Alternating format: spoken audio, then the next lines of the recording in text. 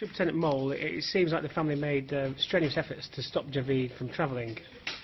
Yeah, it's clearly evident from the investigation, once we'd arrested him, that the family were absolutely against him travelling and joining ISIS, that terrorist organisation, and going out to fight. They've taken some quite brave steps. They've taken his passport and hidden it, and they've taken what we call a go bag from him, which contains items of sort of combat clothing suitable for the terrain, insect repellent, solar chargers, IT type equipment, first aid kits and money. So the type of things that you'd expect to be useful out in Syria. In fact, some of that was asked for by others, hence some of the charges that he's under. They also had quite a row. So not only have they tried to physically intervene by hiding, they've confronted him verbally and have been absolutely clear that they did not support ISIS and they did not want him to go out there and fight. Despite all that, he replenished his stocks, so to speak, and was determined, bought tickets to Turkey and was determined to go out and fight, and hence the charges and the convictions that we've secured in relation to this case.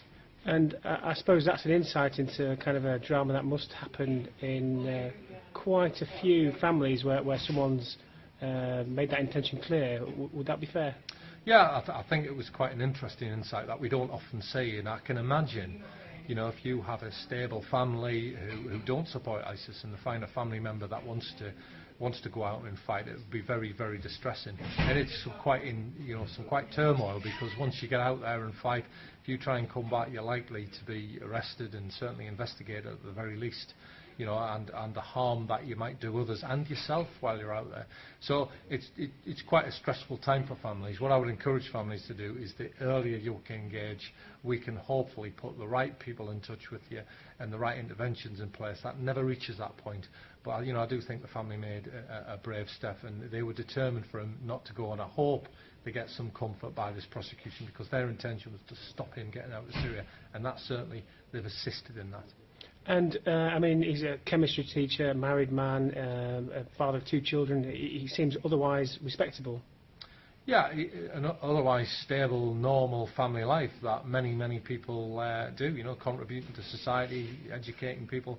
But it's that propaganda, that rhetoric that some people, no matter what your background, are vulnerable to, and it appears that he and this group are being vulnerable to that rhetoric and become very determined. And of course it's against the law to do what he's done, hence the conviction. So, you know, my message is, you know, engage early, don't go. And I think if you watch the television and really look at what ISIL's about, and ISIS and all these terror groups, you know, they're not the type of organisation I would recommend anyone joins. So Javeed was determined to kill Westerners, essentially? Well, I mean, if he's joining ISIS, he's killing Muslims, Westerners. You know, there's a lot of killing going out there. You know, you just need to watch the news. They're a prescribed organisation, they're a terrorist organisation, so that's what he was determined to do.